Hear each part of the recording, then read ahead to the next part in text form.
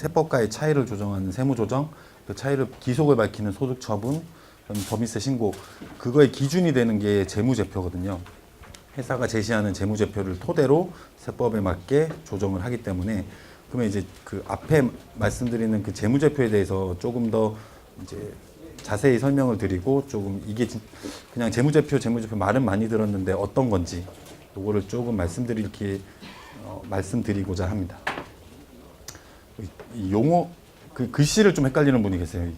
재무제표 뭐 아니면 뭐 재무제표 뭐 이렇게 쓰시는데, 이 말을 들으시면 맞을 것 같아요. 그 재무에 관한 여러 가지 표가 재무제표거든요.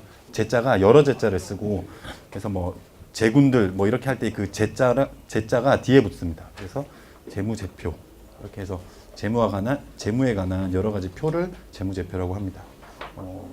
아까 말씀드린 뭐 상태를 나타내는 재무상태표가 있고, 손익계산서, 그리고 현금흐름표, 자본변동표, 그리고 뭐 중소기업 같은 경우에는 이익잉여금이랑 또는 결손금 처분계산서라는 항목으로 자본을 관리하고요. 그 다음에 밑에 이제 주석, 이렇게 5가지 정도를 재무제표라고 할 수 있을 것 같아요.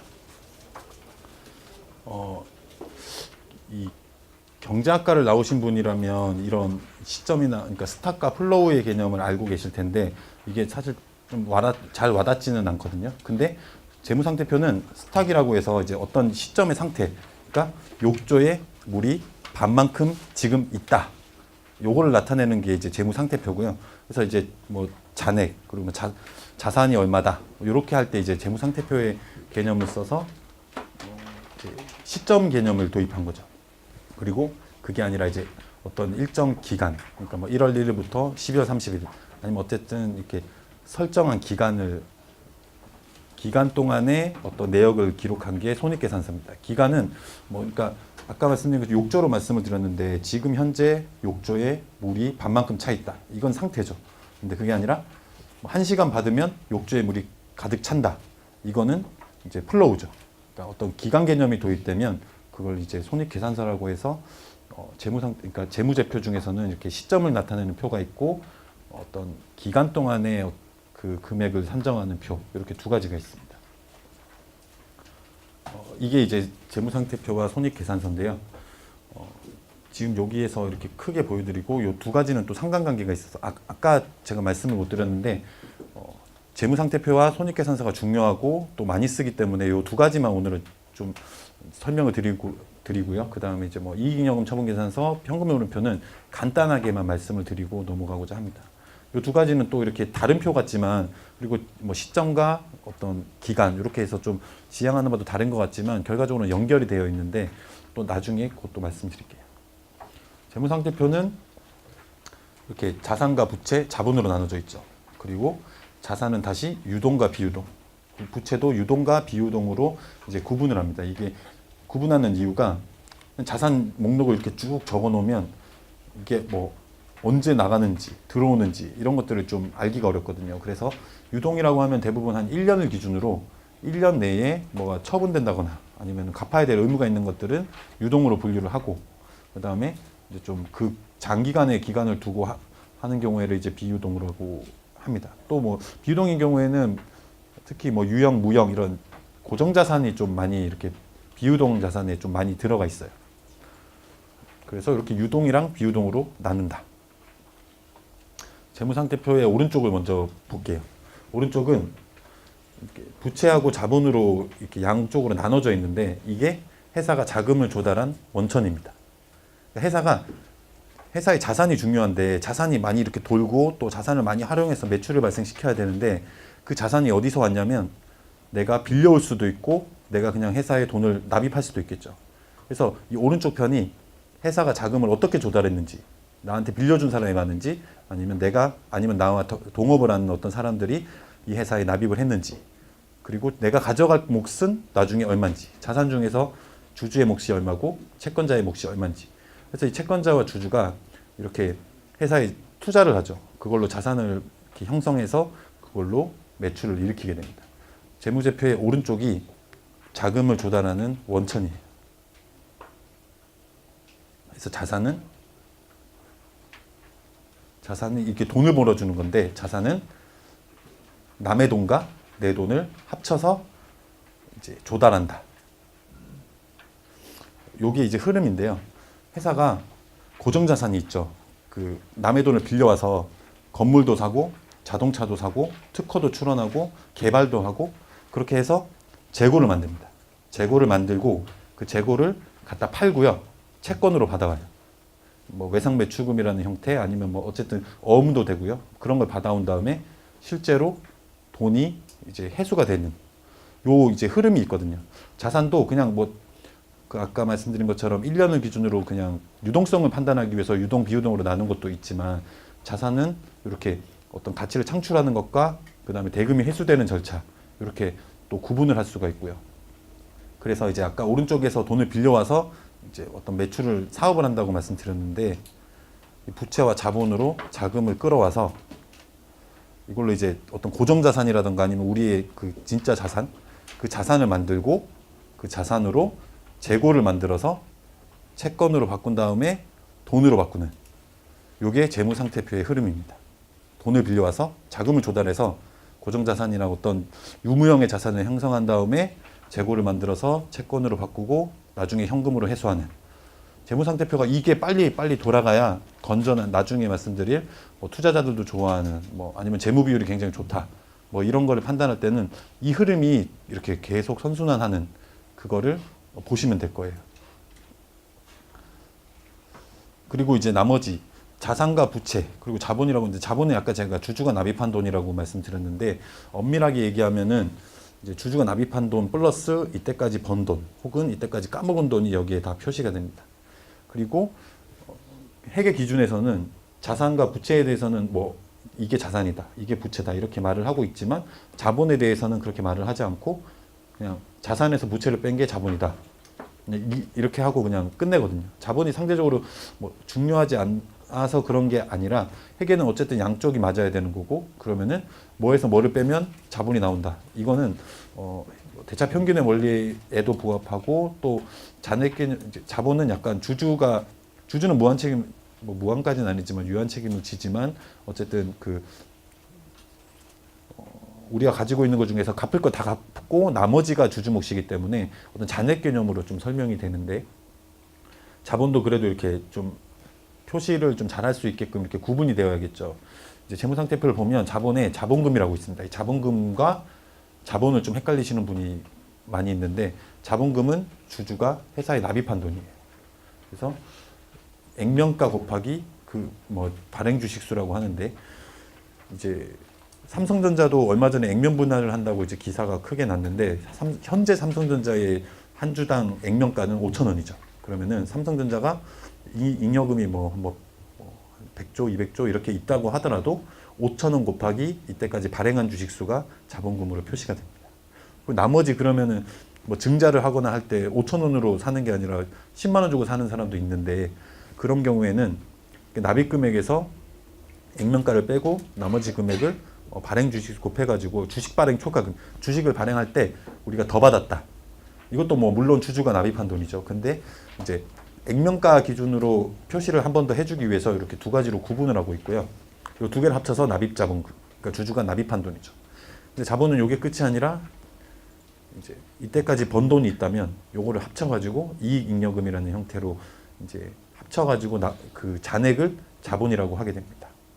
그리고 정반대의 상황이 있는데 자본 중에서 납입자본금이 이만큼 그래서 아까 그 자본금과 주식 발행 초과금 이 두 가지를 합쳐서 납입자본금이 이만큼 형성되어 있다가 이제 계속 결손이 나서 그러니까 2월 결손금이 굉장히 많이 발생하면서 자본금을 이렇게 납입했던 것 소위 이제 까먹는다고 하죠. 이제 계속 까먹고 있는 상태가 되면 이렇게 결손금이 자본금을 이렇게 잠식하게 되는데 이거를 이제 자본 잠식이라고 하게 됩니다. 그러니까 당초에 냈던 금액보다 뭔가 가져갈 게 더 없는 거예요. 그게 자본 잠식입니다. 그다음에 이제 그래서 재무상태표가 아까 말씀드린 것처럼 오른쪽 편에서 그러니까 자금을 조달해서 그 자금을 가지고 자산을 고정자산이라든가 여러 가지 자산을 형성한 다음에 이제 대금이 회수되는 거에 이제 초점을 맞춘 표라면 손익계산서는 아까 말씀드린 1월 1일부터 혹은 그러니까 어떤 설정한 기간 동안에 이제 성과를 보여주는 거죠. 매출이 있을 거고요. 그 매출에 직접 대응되는 매출 원가가 있고 거기서 그렇게 뺀 것을 매출 총이익이라고 합니다. 이제 매출 원가라는 개념과 그냥 비용이라는 개념이 조금 헷갈리는데 매출 원가는 이 매출을 이 매출을 발생시키기 위해 직접적으로 대응되는 예를 들어서 뭐 책상을 산다면 책상을 매출로 그러니까 책상을 팔아서 매출로 일으킨다면 책상에 들어간 나무 그리고 뭐 어떤 설계 그리고 그 책상을 만든 사람의 인건비 이런 것들이 매출 원가에 들어가죠.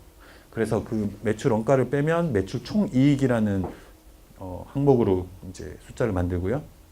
그 다음에 이거를 그냥 만들기만 해서 되는 게 아니라 갖다 팔아야겠죠. 이제 그러면 마케팅하고 또 본사의 뭐 인사, 뭐 회계 여러 가지 이제 그 직접 대응되진 않지만 우리 회사의 성과를 위해서 일하는 그리고 판매 관리비라고 해서 이제 뭐 그러니까 그런 제반 비용들 그런 비용들을 다 빼면 우리 회사가 영업에서 얼마를 벌었는지를 알 수 있는 영업이익이 나오게 됩니다. 근데 영업 말고 그 뭐 이자를 받았다거나 아니면은 우리 회사의 매출하고는 상관없는 우리 회사의 뭐 건물을 팔았다거나 차를 팔았다 아니면은 뭐 차를 팔았는데 미치고 팔았다 아니면 이자 비용 이런 것들은 그러니까 본 사업의 매출을 좀 정확하게 산정하기 위해서 밑에 빼서 영업의 수익, 영업의 비용으로 계산한 다음에 그렇게 하면 이제 세금을 내기 전에 법인세 비용 차감전 순이익을 계산하게 됩니다. 그 아까 말씀드린 제가 세무 조정을 할 때 회사가 제시한 그러니까 손익계산서를 가지고 이제 세무 조정을 한다고 말씀드렸는데 사실 그게 이제 당기 순이익이 아니라 아주 정확하게는 법인세 비용 차감전 순이익에서 그 나머지 사항들을 조정한 다음에 법인세 비용을 이제 빼게 되는 거죠. 그렇게 해서 최종적으로 나오는 게 우리 단기에 얼마를 벌었는지를 알 수 있게 되는 단기 순이익이 됩니다. 단기 순이익과 영업이익 중에서 투자자들이 더 많이 버는 거는 영업이익이에요. 왜냐하면 이 회사의 영업에 관한 어떤 손익을 알 수 있는 게 영업이익이기 때문에 제일 밑에부터 이렇게 보는 사람이 사실 잘 없고 영업이익이라는 글자를 찾는 어떤 뭐 대출 아니면 뭐 투자자 이런 분들이 훨씬 많습니다. 당기순이익은 그러니까 영업의 수익이 높아가지고 실제 만약에 영업이익이 아니라 영업 손실이 났는데 그냥 어떤 건물을 그냥 하나 갖다 팔아가지고 당기순이익을 낼 수도 있거든요. 그러면은 그 사업과 관련 없이 이익이 굉장히 좋게 만드는 그러니까 뭐 분식은 아니지만 이익이 올해는 좀 많이 났구나 이렇게 이제 오해할 수도 있기 때문에 어떤 이 회사를 객관적으로 바라보고자 하는 사람 아니면 이 사업의 어떤 타당성을 좀 보고자 하는 사람들은 영업이익을 주로 보게 됩니다. 그래서 뭐 이건 좀 심플한데요. 손익은 수익에서 비용을 뺀 거죠.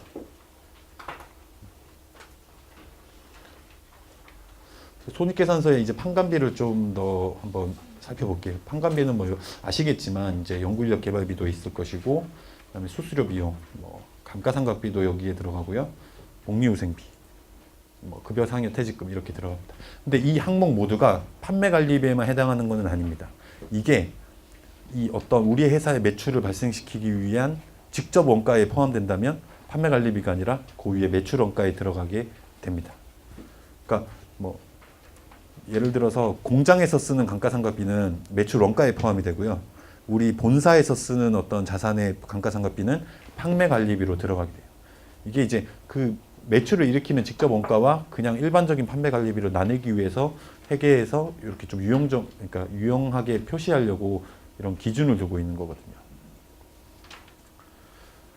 재무상태표와 손익계산서가 일정 부분 어떤 관계를 맺고 있다고 말씀드렸는데 재무상태표는 12월 말일자 그리고 손익계산서는 1년치의 어떤 손익이 함께 이제 보여지는 건데 그거의 상관관계는 이 당기순이익이 결과적으로는 계속해서 자본 항목이 이익잉여금에 가서 이렇게 쌓이게 됩니다. 그러니까 계속 회사가 잘 됐다면 이익잉여금이 많을 거고 그 이익잉여금은 그냥 가지고 있는 금액이 아니라 그동안 우리 회사가 영업을 하고 번 이익의 누계액이에요. 물론 이제 그거를 배당으로 가져갔다면 그 사이에 처분하는 게 있긴 한데 이렇게 이제 상관관계가 있거든요. 그래서 손익계산서는 기중에는 존재하다가 이제 이 성과 사실 이제 마지막으로 재무상태표를 만들 때 당기순이익에 있는 숫자를 그대로 그냥 재무상태표의 이익잉여금에 옮겨줌으로써 이제 사라지게 되는 계정이고, 재무상태표는 계속해서 올해의 잔액이 내년도의 기초 잔액이 되어서 이제 또 계속해서 이제 누적 개념으로 흘러가게 되는 거죠. 재무상태표가 있고 손익계산서가 있고, 아까 방금 말씀드린 것처럼 손익계산서에서 재무상태표로 이제 연결고리 중에 이익잉여금 처분계산서라는 계산서를 거치게 됩니다. 여기 보시면 전기의 잉여금에서 전기에 오류가 있었다면 고치고요. 당기순이익, 그러니까 올해의 당기순이익을 더한 다음에, 그러면 이제 전기에 있었던 잉여금과 올해의 이익을 더한 다음에 요 금액을 가지고 어떻게 처분을 할 건지를 이제 선택을 하는 거거든요. 이렇게 보면은 어떤 준비금을 적립할 수도 있고 배당도 여기에서 결의를 하는 겁니다. 그러니까 잉여금으로 회사의 자본으로 쌓아두지 말고 주주들이 가져가는 거죠. 그러면은 당기순이익에서 전기에서 넘어오는 2월 이익 잉여금과 올해 번 당기순이익을 합쳐서 배당할 수 있는 금액을 배당하고, 나머지 금액이 이제 차기 2월 이익 잉여금이라고 해서 재무상태표의 자본 항목으로 계상됩니다. 그 배당에 대해서 이제 사전 질문을 주신 분이 계셔서 잠깐 언급하려고 하는데요. 배당은 연간 이제 이자, 배당, 이게 금융소득을 다 합쳐서 2천만 원 이하인 경우에는 15.4%, 그리고 2천만 원을 넘어가게 되는 경우에는 다시 다른 근로소득과 사업소득과 합쳐서 종합소득으로 가세됩니다. 그러니까 이제 급여가 굉장히 높아서 조금 급여를 조금만 더 올려도 소득세가 굉장히 많이 나온다, 이렇게 좀 부담이 되시는 분들은 법인에 배당 가능한 이익이 있다면 2천만 원 정도까지는 15.4%만 내면 분리과세 되니까 요거를 좀 활용해 보시면 좋을 것 같아요. 그리고 현금흐름표. 현금흐름표는 그동안 말씀드린 이 회계는 발생기준이라는 약간 좀 독특한 기준을 가지고 이제 작성을 하게 되는데, 현금흐름표는 그냥 현금 위주로 계산을 하게 됩니다. 그러니까 회계는 매출을 하고 돈을 받지 못했어도 올해 판 것으로 보지만, 현금흐름표는 현금 기준으로 하기 때문에 돈이 들어와야 우리가 돈을 번 걸로 인식을 하는, 이게 소위 말해서 흑자도산이라고 하는, 손익계산서가 굉장히 매출이 잘 나고 이익이 나고 있는데도 부도가 나는 회사를 그러니까 그런 말을 들을 수가 있는데, 그 현금흐름표 중에 영업활동이나 이렇게 해서 회사가 매출이 계속 나고 수익이 잘 나고 있는데 현금 흐름이 좋지 않게 되면서 일시적으로 갚을 돈을 못 갚게 되면 그게 이제 부도가 나게 되거든요. 그게 흑자도산이죠, 이제. 근데 그런 것들을 좀 방지하기 위해서, 그러니까 재무제표가 그 회사와 관련된 이해관계자들을 위한 표라고 말씀드렸는데, 그런 어떤 발생 기준에서 좀 찾아내지 못하는 그런 것들을 이제 보완하기 위해서 현금 기준으로, 저희 어머니가 하시는 것처럼 돈이 들어왔어야 받은 거고 매출이고, 돈이 안 들어왔으면 아직 물건을 판 게 아니고, 또 줘야 내가 이제 준 거고, 안 줬으면 떼먹을 수도 있고, 이렇게 그런 것들이 이제 여기에 다 포함되는, 그러니까 그런 것들에 대한 내역을 기술해 놓은 게 현금흐름표입니다. 그래서 이제 좀 말씀드리려고 해요. 재무상태표를 봤죠. 이제 재무상태표는 왼쪽에 자산이 있고 오른쪽에 채권자와 주주가 낸 자금을 조달한 원천이 있다. 제가 계속 이렇게 말씀드리는 이유는 이게 두 가지가 있겠죠. 이게 중요하기 때문이고, 그리고 꼭 알아두셨으면 이제 그런 바람에 있어서 제가 말씀을 드리는 거거든요. 자산은 부채와 자본으로 계산되고, 부채와 자본은 이제 자금의 원천으로 따라 이렇게 나눠져 있다. 그래서 이렇게가 재무상태표예요. 그리고 손익계산서는 1년만 있다가 없어지니까 어쨌든 수익에서 비용을 뺀 게 손익이죠. 그러니까 손익계산서죠. 손익계산서가 이렇게 표시가 되고요. 손익계산서하고 손익계산서에 있는 당기순이익이 나중에 재무상태표의 자본에 가서 꽂힐 거니까 그게 잉여금 혹은 결손금의 처리계산서가 될 거고, 이 모든 거를 다시 한번 현금 기준으로 다시 분개한 게 현금흐름표. 요 내용만 아셔도 이제 재무상태표가 뭐다, 손익계산서가 뭐다, 두 개가 어떤 차이가 있고 어떻게 연결이 되는 거고, 어떤 거를 표현하는 방식이다, 요거를 좀 아실 수 있을 것 같아서 준비를 해봤습니다. 그 투자자들이 어떤 재무제표를 좋아할지는 이제 저희가 투자를 좀 많이 그러니까 투자를 투자에 좀 실패를 하기 때문에 말씀드리기는 그렇지만 저는 이런 것들을 보면서 투자를 합니다. 그리고 좀 이제 좀 많이 이렇게 서치를 해보면 대략적으로 이 정도의 어떤 내용을 가지고 일단은 왜냐하면 투자라는 게 재무적 혹은 이제 비재무적인 어떤 투자 포인트가 스타트업에서는 더 중요하다고 저는 생각해요. 그렇지만 또 냉정한 순간이 왔을 때 우리 회사를 객관적으로 바라보는 사람들은 재무 상태표, 손익계산서를 보고 이제 투자를 하게 뭐 결심을 할 수도 있겠죠. 그럴 경우에 어떤 내용들을 좀 중점적으로 보는가를 정리를 해봤는데 회사가 계속해서 성장하는 지표를 그리면 굉장히 좋겠죠. 손익계산서를 아까 이렇게 작성을 했는데 원래 재무제표라는 게 비교식으로 작성하게 되어 있거든요. 전년과 올해 비교식으로 작성하게 되어 있기 때문에 아무래도 각종 지표들이 작년보다는 조금 더 이렇게 상승하는 매출도 뭐 1%라도 이렇게 느는 그런 재무제표가 당연히 좋은 재무제표가 될 수 있겠고요. 그다음에 그 원가율 뭐 뒤에서 보여드릴 텐데 어떤 원가율이 이제 어느 정도냐 그러면은 그 회사의 수익성을 파악할 수 있을 것이고 뭐 접대별 기부금 이런 것들은 사실상 특히나 스타트업에서 사업활동과 필수적으로 연관되지 않은 계정 가능성이 높기 때문에 뭐 크게 이렇게 선호하지는 않습니다. 그리고 계속 바지급금을 말씀드리는 이유는 뭐 여기에도 있죠. 이제 자기가 투자를 했는데 그게 자꾸 알 수 없는 것에 빠진다. 아니면 뭐 대표자가 가져갔다. 그러면 이제 투자한 금액에 대해서 사업 목적에 쓰이고 있는 건지를 좀 의심할 수 있을 것이고요. 그리고 뒤에서 말씀드릴 각 재무 비율들이 조금 그래도 이제 좀 좋아 보이는 그런 것들이 이제 좀 투자자들이 좋아하는 그런 재무제표일 것 같습니다.